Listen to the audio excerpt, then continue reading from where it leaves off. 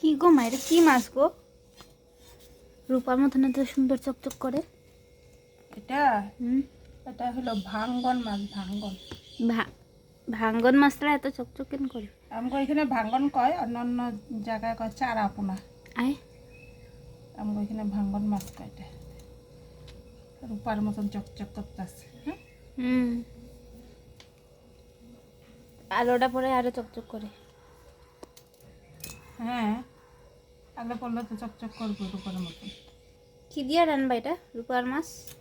রূপার মাছটা বানামো হইল ইসে দিয়া, কাঁচকলা আর আলু দিয়া। কাঁচকলা দিয়া বানাইলে সবচেয়ে থেকে মজা লাগবে। মানে জ্যান্ত মাছ তো, জ্যান্ত মাছের এই দেওয়া ভালো লাগে কাঁচকলা। কই জ্যান্ত এটা? ভিডিও তো না। ই হয়ে গেছে, যখন ডাকছে তখন লড়ছে, তখন ই হয়ে গেছে। জল ছাড়া থাকলে তো এমনি ই হয়ে যাবে, মরা যাবে।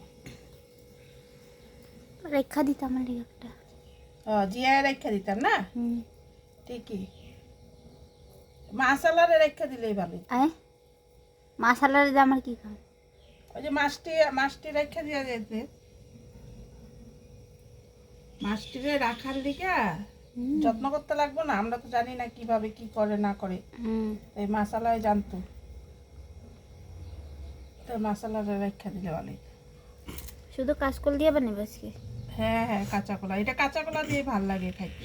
কে কিরকম খায় জানি না, কিন্তু আমার কাঁচা কলা দিয়ে টেস্ট লাগে। আর তোরাও তো ভালোই খাস কাঁচা কলা দিয়ে রান্না। আমি তো কাঁচা কলাই শুধু খাই। সবই ভালো খায়, এর লেগে কাঁচা কলা আলু দিয়ে পাতলা ঝোল হইব।